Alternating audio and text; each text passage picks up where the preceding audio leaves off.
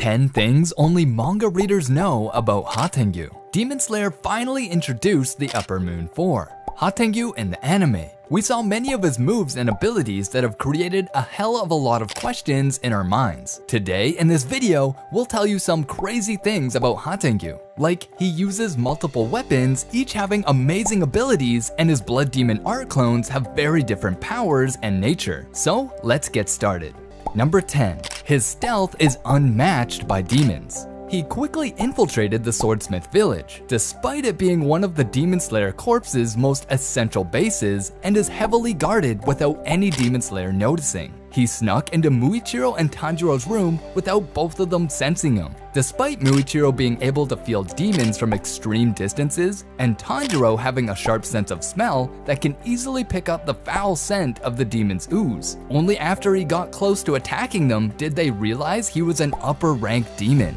Number 9. He believes he's innocent. Despite the crimes he has committed as a human and a demon, he has deluded himself into thinking he is innocent and would come up with any excuse to convince himself of that. He even went as far as blaming his hands for the crimes committed rather than himself. He believes people tell lies against him and resent them for punishing and persecuting him for crimes he perceives himself to be innocent of, and for constantly trying to bully and take advantage of his weak self.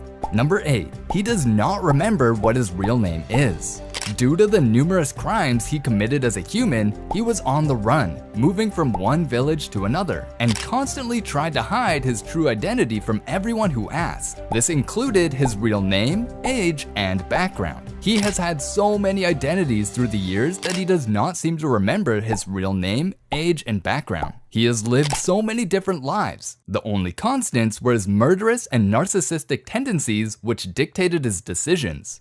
Number 7. His fighting style. Emotion manifestation. Hantengu's Blood Demon art allows him to manifest his emotions as younger clones of himself. Each clone personifies a core emotion, which can be identified by a kanji on their tongue. These clones all have different appearances, abilities, and weapons, with their individual strength being at least upper rank caliber, and all of them seemingly resembling a younger Hantengu. The emotions shown so far are anger, pleasure, sorrow, joy, hatred, and resentment, with Hantengu himself having the kanji of fear etched onto his tongue. It is implied that Hantengu can control these clones however he sees fit, as seen when he took control of Urami's body to kill a group of swordsmiths after he was beheaded. This Blood Demon art is activated when Hantengu's head is cut off, where his head and body turn into two separate clones, one that personifies anger and the other which personifies pleasure. After these two clones are decapitated, they split off into two more clones of sorrow and joy. These clones are implied to be capable of infinitely splitting if beheaded or injured, but they are at their strongest when there are 4 clones present. Damaging the clones' tongue has shown to slow their regeneration speed momentarily.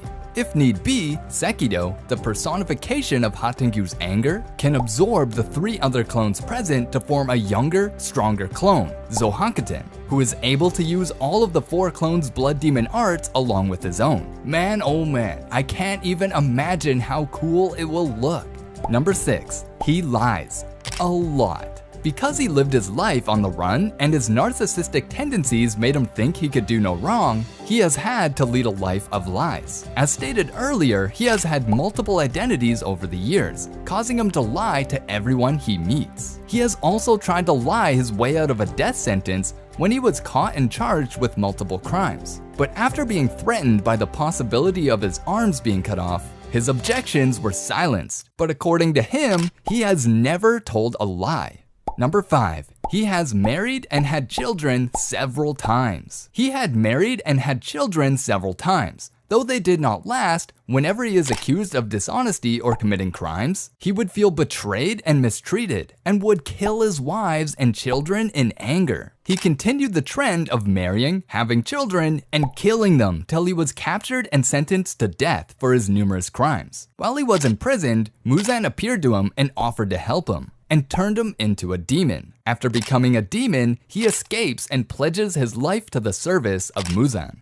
Number 4. His clones will never die if the main body is still alive. After activating his Blood Demon art, his clones are invulnerable. They will regenerate infinitely as long as Hantengu's main body remains intact. Although their regeneration speed was shown to be slowed down significantly after their tongue was cut off. This fact made it a daunting task for Demon Slayers to defeat the almost indomitable Upper Moon Demon. The Demon Slayers were thrust into a deadly game of cat and mouse, where they were trying to find the real body of Hantengu while being hunted by his seemingly immortal clones. Number 3. He uses multiple weapons.